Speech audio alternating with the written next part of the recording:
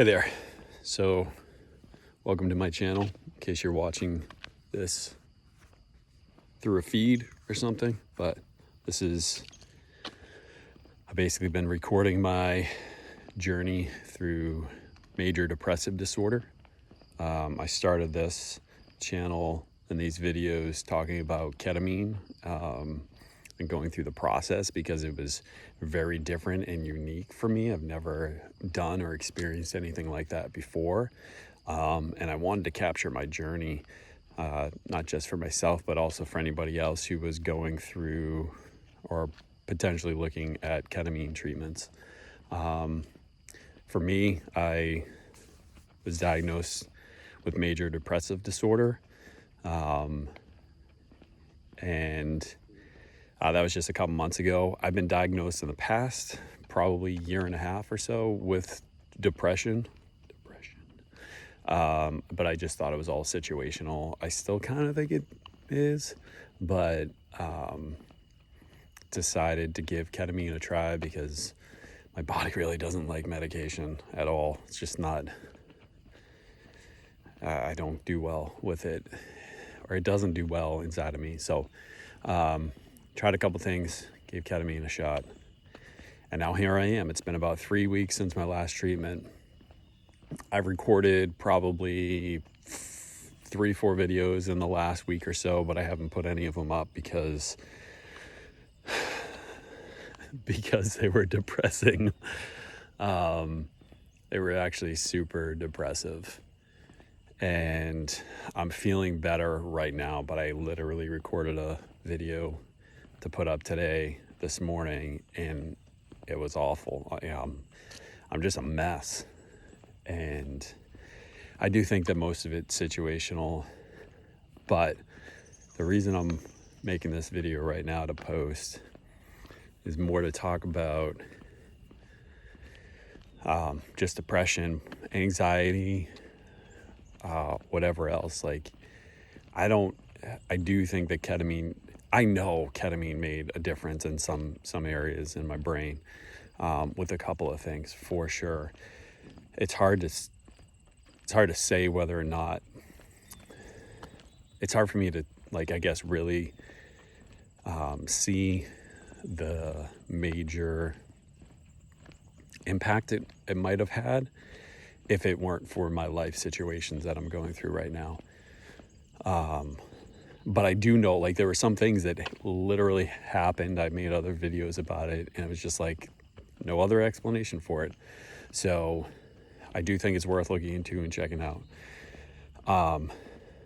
But if you're going through it and you're like, I just went through it too and I'm still struggling with this or that. Yeah, me too, man. I've never done drugs in my life, never smoked, never drank, never had a problem with gambling, never had a problem with pornography. Like, I don't escape. I mean, maybe eating. Like, I love sweets. I love snacking. I wouldn't necessarily say that's like an escape, though sometimes I recognize when I get depressed, I don't want to eat. When I get mad, I want to eat. So, like, food might be like an escape for me, but it's not to the extreme where I can't function. It's not to the extreme where I make myself sick or anything like that. So I say all that because I think I have an addictive personality, but I don't have a history with addiction. But today I opened up my cabinet because I wanted to go get a snack, like a piece of chocolate or something. And there was a bottle of alcohol sitting up in my cabinet.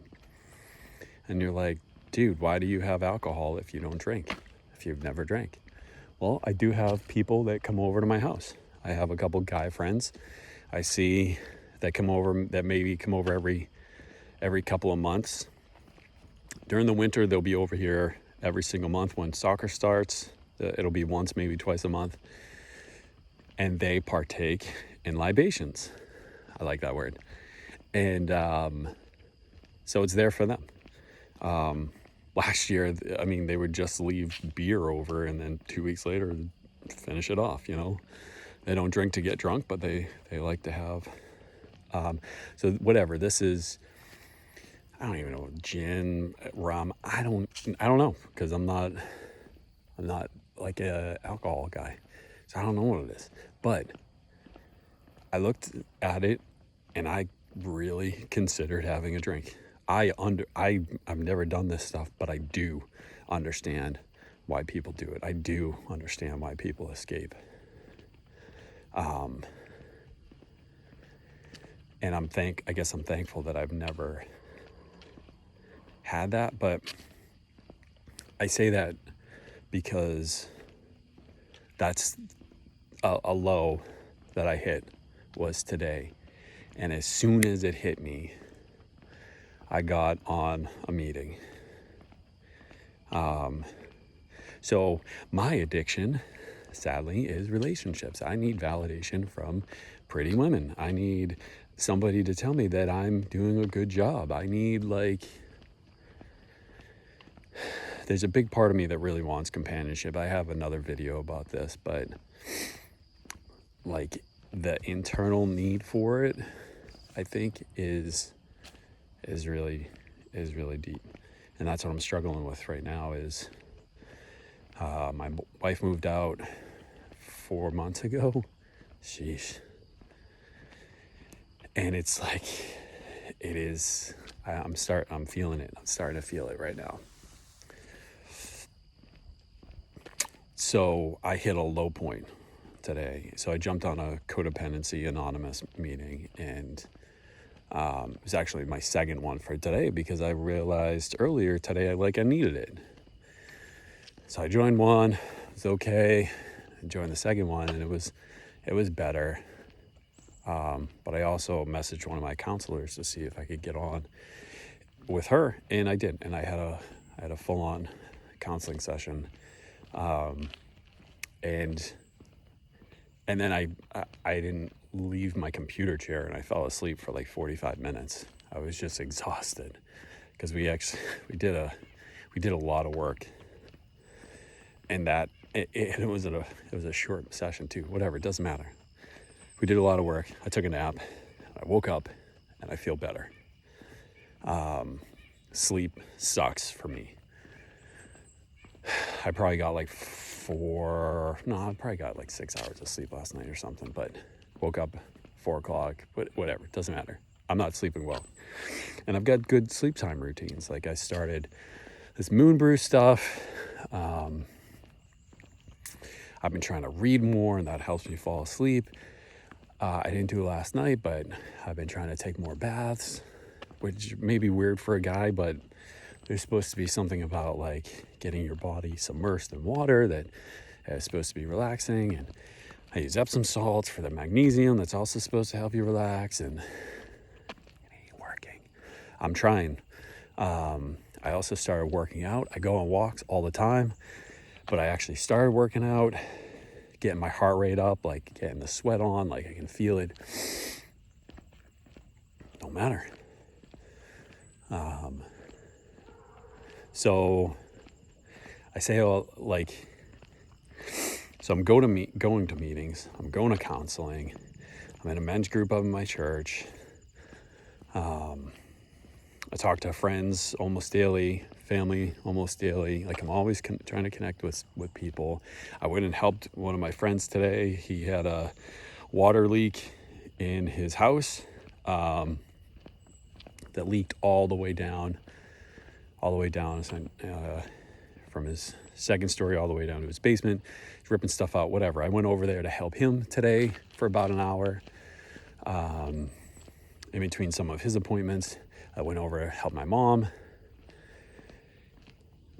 I joined this, it's a 6-week program through NAMI to educate myself about mental health in adolescence, so I can be a better parent for a couple of my kids. I also join every other Thursday meeting, talk about mental health in adult and older children. Reading a book a month, just immersing myself in knowledge. I join a divorce care group every Tuesday. Like, I'm doing the things. I volunteer up at church on Wednesdays. My life is full. And none of it matters to me. Literally, because I walk in the door and I'm by myself. I don't have it to share, which I'm working on. Like, that's, how am I going to love somebody else if I can't love myself just the way I am and just myself and all that stuff? And, I'm not underplaying the meaning behind it, but like, I haven't got to that point yet where I believe that stuff yet. So I'm working on it. But I say all that because ketamine doesn't help with that. I've got to go through the motions. I've got to do the work. I've got to put the time in and all of that. And I've got to grieve and mourn with what I'm going through. And that takes time. That's a healing process. So I'm working on that. Long story short, maybe I should have started the video with this part.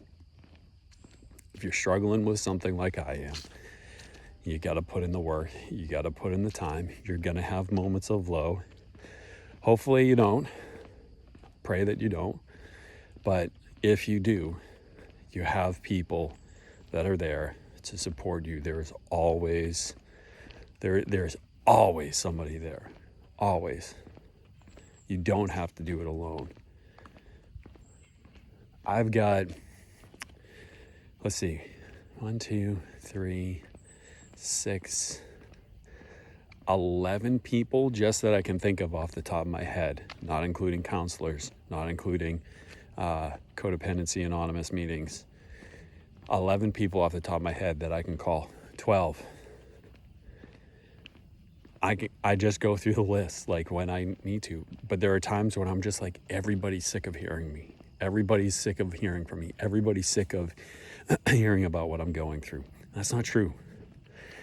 These people love me and they would rather pick up the phone than have me try to do this on my own.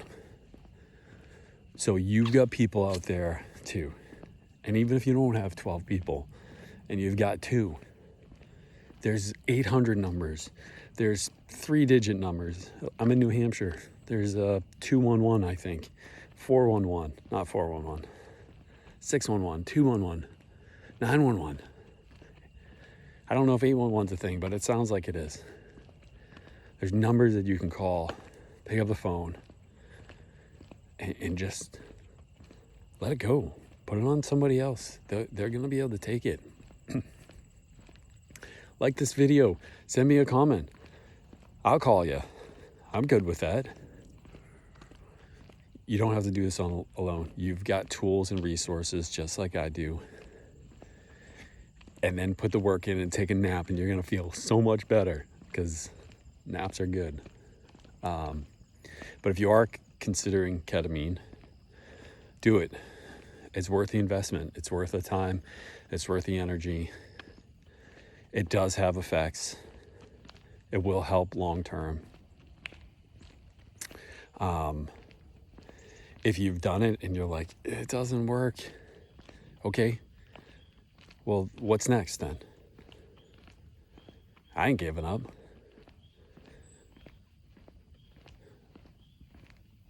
You shouldn't either. Put in the time, put in the effort. Keep going. Go easy on yourself. Take a bath. Take a nap. Eat some chocolate. Or phone a friend. That's my advice. So keep sticking with it, whatever it is, and it will all work out.